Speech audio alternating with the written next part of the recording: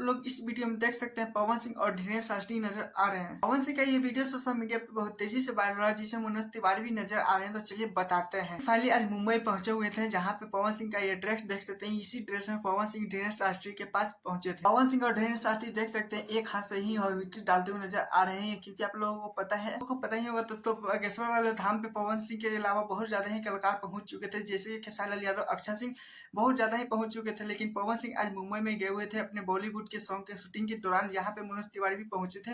पवन सिंह को मनोज तिवारी ही लेकर आए थे बागेश्वर वाले धाम पे। लेकिन क्या ही बोल सकते हैं, पवन सिंह का बागेश्वर धाम वाला वीडियो इतना तेजी से वीडियो वायरल हो रहा है कि क्या ही बोल सकते हैं, जहाँ पे पवन सिंह पूजा करते हुए भी नजर आ रहे थे। लेकिन खैर चलिए दूसरा अपडेट की तरफ चलते हैं, जिसे पवन सिंह का एक बवाल शूटिंग वाले वीडियो दिखाते हैं।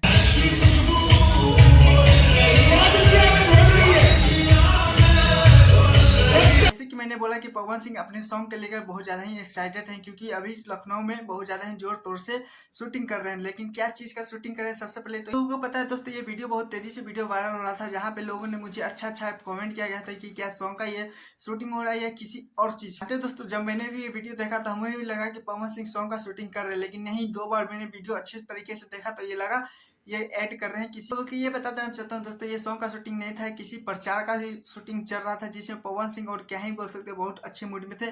क्योंकि यहाँ पे देख सकते हैं कैस के जब बोल रहे थे और अच्छे बातें बोल रहे थे इस प्रोडक्ट के बारे में, तो लगा कि नहीं, ये सॉन्ग नहीं है, क्योंकि ये प्रचार कर रहे हैं। और हमें ये भी नहीं पता है दोस्तों कि किस चीज का प्रचार कर रहे हैं पवन सिंह। खैर इतना ही, लेकिन जाते जाते प्लीज कमेंट जरूर बताइएगा कि क्या बागेश्वर धाम में ज्योति सिंह को भी जाना चाहिए था या नहीं। प्लीज कमेंट जरूर बताइएगा और हमें चैनल वीडियो को लाइक कीजिए, क्योंकि ऐसे अपडेट वीडियो पाने के लिए।